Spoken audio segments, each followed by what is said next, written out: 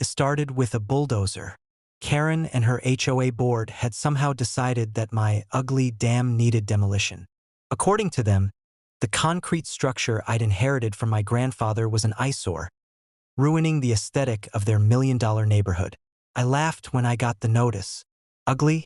That dam had saved my property, and countless others downstream, through floods, storms, and years of heavy rainfall. But apparently, to Karen, ugly trumped safety. Ignoring me, the HOA sent crews to dismantle it. I arrived just as the machines were revving, dust and concrete chips flying through the air.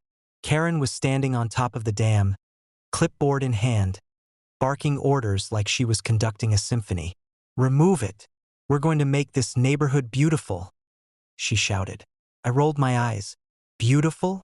You're about to destroy your own homes with your so-called beauty. She waved a hand dismissively. Threats won't stop progress.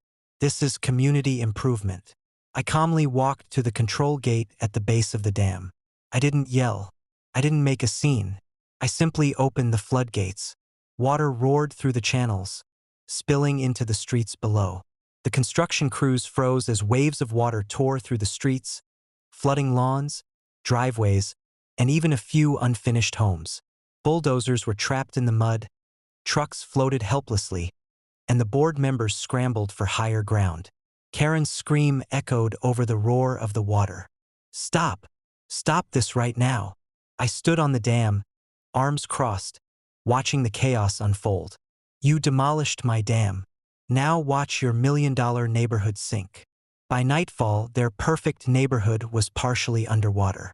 Streets were rivers, lawns were lakes, and a few homes had suffered structural damage.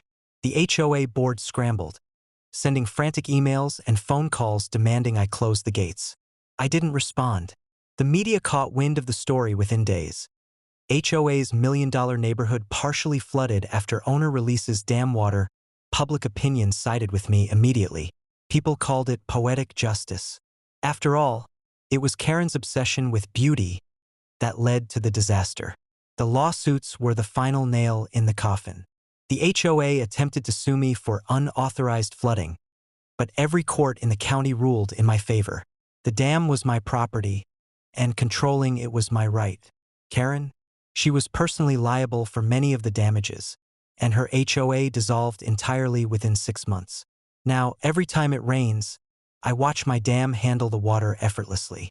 Streets stay dry, pastures stay lush, and the neighborhood remembers exactly what happens when you mess with someone who controls the floodgates. Sometimes I sip my coffee, looking over the water, and imagine Karen standing in the mud, yelling, and I smile, because beauty may be in the eye of the beholder, but safety and a little justice is in mine.